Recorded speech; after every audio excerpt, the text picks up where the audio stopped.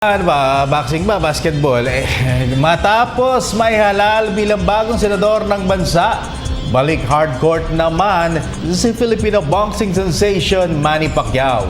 Sa panayan ng PTV Sports, ibinunyag ni team manager Eric Pineda na tiyak nang magpapakita si Pacquiao bilang playing coach ng Mahindra Enforcer sa susunod na laro nito ngayong Miyerkules. May report si Ann Camoviñas ng Sports Radio 918. Asahan na ang pagbabalik sa PBA hardcourt ni Filipino boxing sensation Manny Pacquiao. Ayon kay Mahindra team manager Eric Pineda, desidido si Pacquiao na manduhan ng enforcers kung saan siya ang kinikilalang playing coach ng koponan. Noong nakaraang Miyerkules ay nasaksihan ni Pacquiao ang 105-103 victory ng Mahindra, ang ikatlong panalo ng enforcer sa tatlong laro ngayong ongoing PBA Governors Cup. Well, in fact, nung dumating nga siya doon, medyo parang sabik na inggit siya. Na talagang gusto niya maglaro, pero sabi nga niya, in fairness to the team, no? Hindi pa siya masyado nakapag-practice.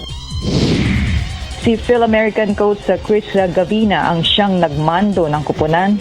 Sa unang tatlong laro nito, nawala si Pacquiao sa bench ng Mahindra.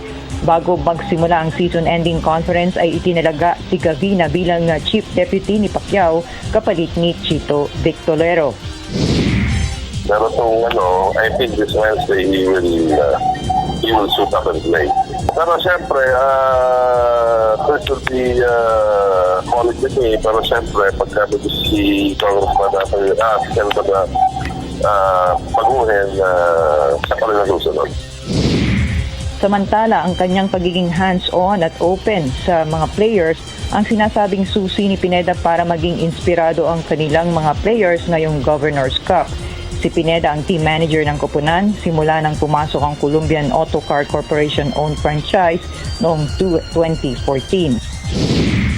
More of communication, and everybody can call me, they can talk to me,